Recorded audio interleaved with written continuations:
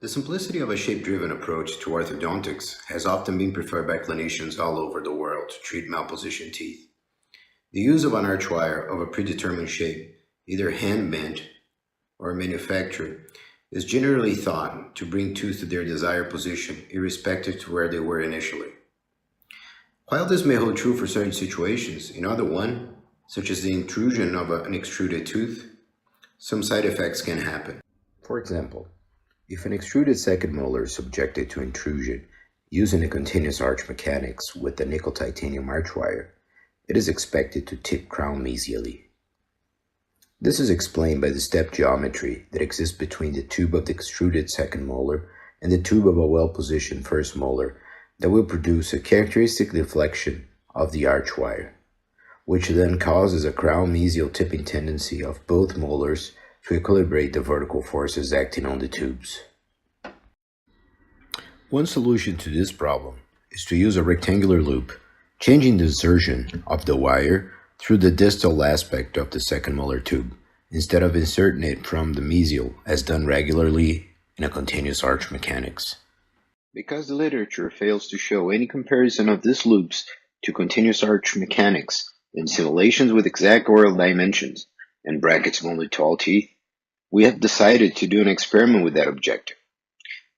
Along with myself, Drs. Ricardo Schinkowski, Lueja Schinkowski, Rodrigo Viesili, and Lydia Martins also contributed to this manuscript. Our idea was to use three-dimensional load cells to measure the load system produced by 014 night-tie arch wires and compare it to that of a rectangular loops when intruding a second molar. We also estimated the movement of both first and second molars based on the relationship of that load system to their centers of resistance.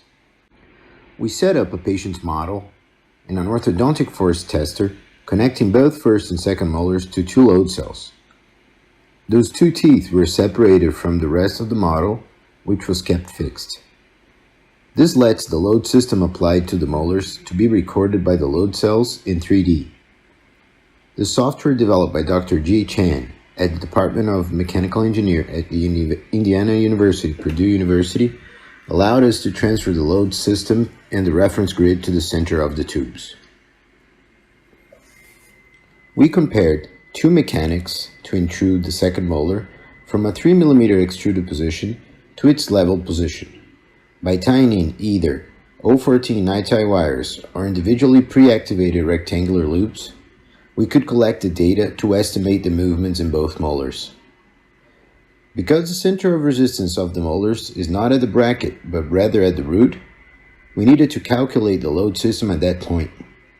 Therefore, we estimated an average position according to the axis of resistance methodology proposed by Viesili and Burso using previously published finite element models. On this manuscript, we found that the rectangular loop, given the activation placed, produced lower forces than the 014 nickel titanium superelastic wire. And that when we intruded a 3 mm extruded second molar, the rectangular loop did not initially produce tipping. As it was deactivated, a small tipping tendency was produced. In contrast, the continuous arch produced a large tipping moment, but in small extrusions, as 0.75 to 0.5, it may not tip the second molar. When using the loop for a 3 mm intrusion, it should be reactivated halfway to keep the second molar from tipping significantly. Both types of mechanics will tip the first molar, except for the continuous arch and smaller activations.